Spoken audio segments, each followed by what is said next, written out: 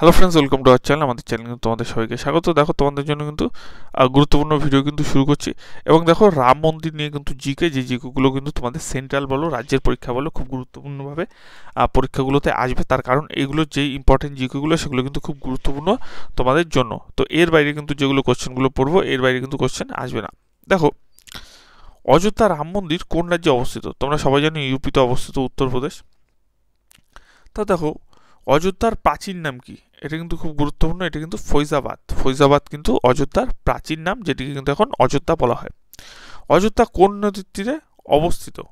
এটা কি নদী? এটা কিন্তু সরজু নদীর তীরে কিন্তু অবস্থিত। এটা কিন্তু very very very very important একটি কোশ্চেন। এটা কিন্তু স্টার মার্ক করে রাখো, ঠিক আছে?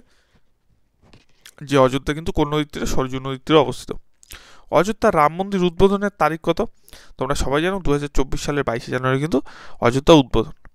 তাও দেখো, অযোধ্যা রাম মন্দির নির্মাণ করেছে কোন কোম্পানি? এটা দেখো উত্তর কি? Larsen and Travo, L&T।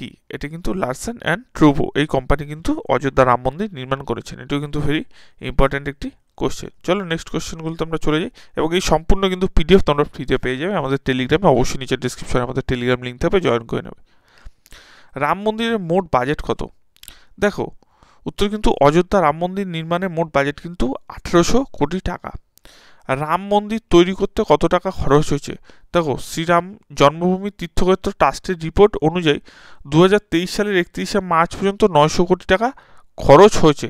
এখনও 3000 কোটি টাকা থেকে ব্যাংক অ্যাকাউন্টে রয়েছে। অর্থাৎ তোমরা বুঝতে পারছো যে যেই টাকা খরচা হবে তার থেকে কিন্তু বেশি টাকা উঠে গেছে, ঠিক আছে? এগুলো কিন্তু কোনো রকম সরকারি টাকা নয়, এগুলো কিন্তু মানুষই এখানে কিন্তু মানে যারা ভক্ত আছে, রাম ভক্ত, তারাই কিন্তু এখানে দান করেছে। এবং সেই দানেই কিন্তু 3000 কোটি টাকারও বেশি উঠে গেছে। তারপর দেখো, অযোধ্যা রাম মন্দিরের নকশা কে তৈরি করেছেন? উত্তর কিন্তু চন্দ্রকান্ত সোমপুরা। এটা কিন্তু ভেরি ভেরি ইম্পর্টেন্ট, যে রাম মন্দিরে কিন্তু নকশা তৈরি করেছে চন্দ্রকান্ত সোমপুরা। দেখো, রাম মন্দির নির্মাণ শুরু হয় কত সালে? উত্তর কত? এটা কিন্তু 2020 সালে মে মাসে কিন্তু রাম মন্দির করা কিন্তু শুরু হয়। তারপর দেখো, অযোধ্যা রাম মন্দিরের ভূমি পূজন কবে হয়? এটা উত্তর কি? 2020 সালে কিন্তু 5ই আগস্ট অযোধ্যা রাম মন্দিরের ভূমি পূজন কিন্তু শুরু হয়। প্রত্যেকটা কোশ্চেন এখানে কিন্তু ইম্পর্টেন্ট কোশ্চেন।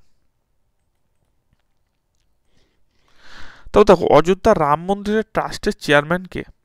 এটা কি? উত্তর কিন্তু নিত্যগোপাল দাস অযোধ্যা রাম মন্দির ট্রাস্টের কিন্তু চেয়ারম্যান। তাও দেখো, শ্রী রাম জন্মভূমি তীর্থক্ষেত্রে ট্রাস্টের সাধারণ সম্পাদককে? এটার উত্তর কি? এটা কিন্তু চম্পট রায়। অযোধ্যা রাম মন্দির ট্রাস্টের নাম কি? উত্তর কি? শ্রীরাম জন্মভূমি তীর্থক্ষেত্র ট্রাস্ট। এটা কিন্তু খুব গুরুত্বপূর্ণ, যে অযোধ্যা রাম মন্দির ট্রাস্টের নাম কি? উত্তর কিন্তু শ্রী রাম জন্মভূমি তীর্থক্ষেত্র ট্রাস্ট।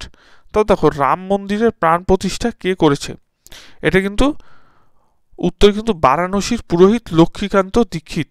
এই লক্ষ্মীকান্ত দীক্ষিত কিন্তু যে আজকে যে অর্থাৎ 22 তারিখ যে প্রাণ প্রতিষ্ঠাতা হবে, সেই পুরোহিত কিন্তু এটা কিন্তু করেছে, লক্ষ্মীকান্ত দীক্ষিত।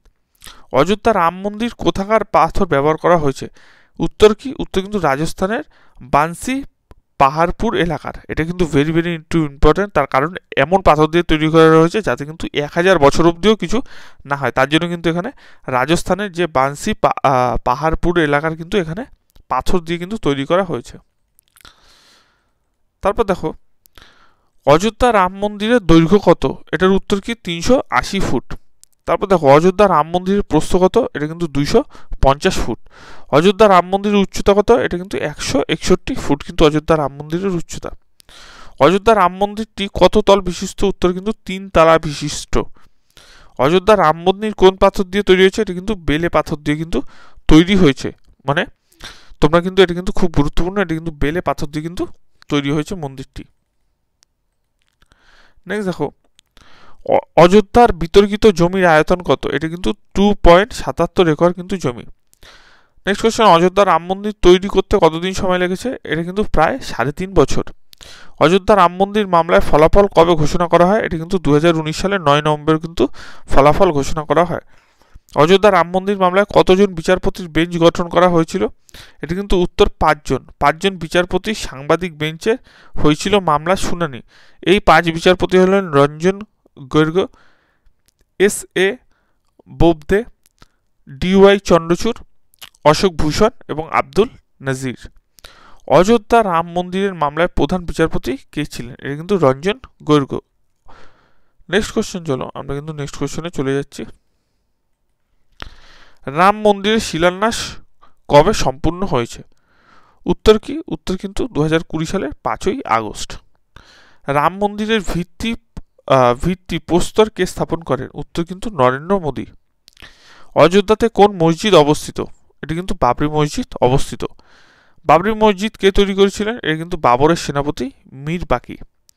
বাবরি মসজিদ কত সালে প্রতিষ্ঠিত হয়? এটা কিন্তু ইম্পর্টেন্ট, 1528 সালে কিন্তু প্রতিষ্ঠিত হয়।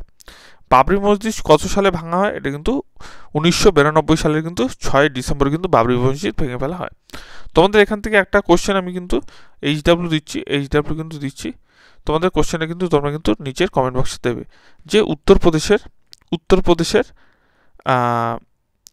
যে রাম মন্দির হয়েছে, ঠিক আছে, এই রাম মন্দিরের কোন নদীর তীরে অবস্থিত? অর্থাৎ বা তোমরা বলতে পারো এই রাম মন্দির কোন নদীর তীরে অবস্থিত? এটা কিন্তু তোমরা আমাকে কমেন্ট সেকশনে উত্তর দেবে। এটা কিন্তু প্রথমেই তোমাদের পড়িয়ে দিয়েছি, এগুলো না দেখে কমেন্ট সেকশনে উত্তর দেবে। কেমন লাগলো ভিডিওটি অবশ্যই জানিও, ভালো লাগলে কিন্তু চ্যানেলটি সাবস্ক্রাইব করো। ধন্যবাদ।